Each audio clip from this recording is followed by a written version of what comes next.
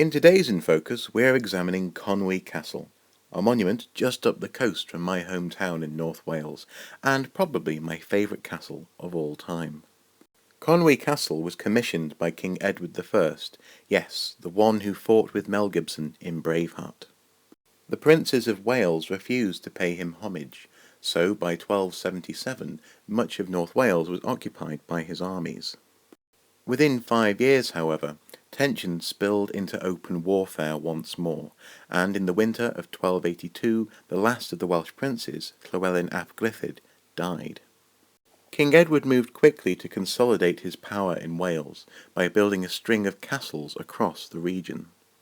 In order to build in Conwy, King Edward had to pay for the relocation of the Aberconwy Abbey and the Cistercian monks therein to a new location. St. Mary's Church is all that remains of this abbey to this day, the grand architecture hinting at its grand origins. With the relocation negotiated, the building of the castle could begin, and within months of Llywelyn's death, wooden stockades were already up. The master mason for the project was James of St. George, who was very accustomed to building in North Wales.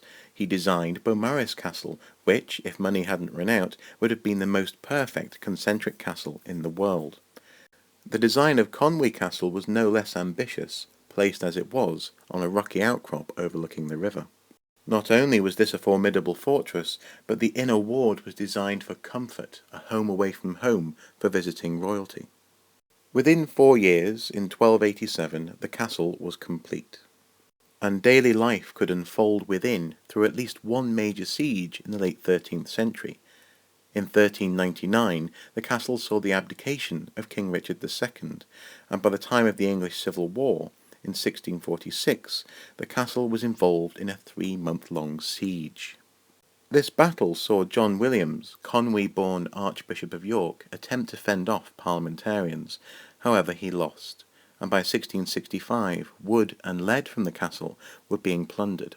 Despite all of this, much of Conwy Castle survived intact, and to this day it remains one of the most intact interiors of any castle. This, for example, is the inner ward, and you can still gain a good impression of what it was like from the ruins.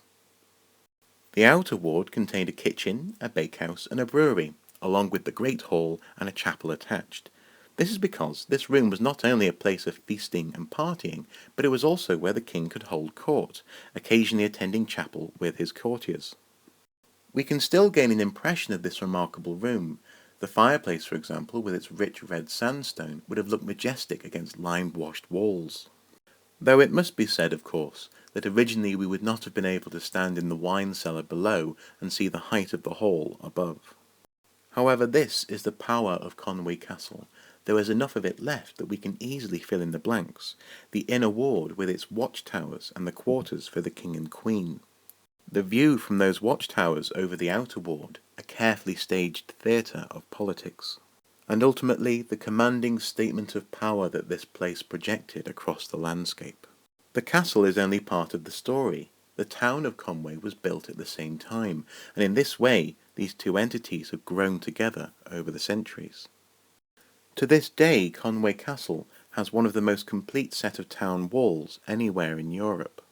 Given that Conwy is a modern town, this is a remarkable feat, and of course over the years there have been adaptations, when the railways came for example. But the people of Conwy have managed to walk a treacherous path, a tightrope, always being pulled between technology and the march of progress, and their love and stewardship of their walled town. And in this spirit, modern life takes place in and around this massive and impressive archaeological monument. Conwy today is known in part for its thriving mussel and seafood industry, but also for the artistic legacy it has left behind by virtue of its castle. Over the years, many artists have come to be inspired by this place, and this tradition continues to this day. Go anywhere in Conwy and you're bound to see someone's impression of the place. For all of these reasons and more, I love Conwy Castle. Partly just because it's here, it has survived tumultuous times. Partly because it is, quite literally, a window into the past. And partly because it has grown beyond its tyrannical origins to become a great monument of Wales. Ultimately, the town of Conwy stands as testimony to the fact that modern life and archaeology can live side by side.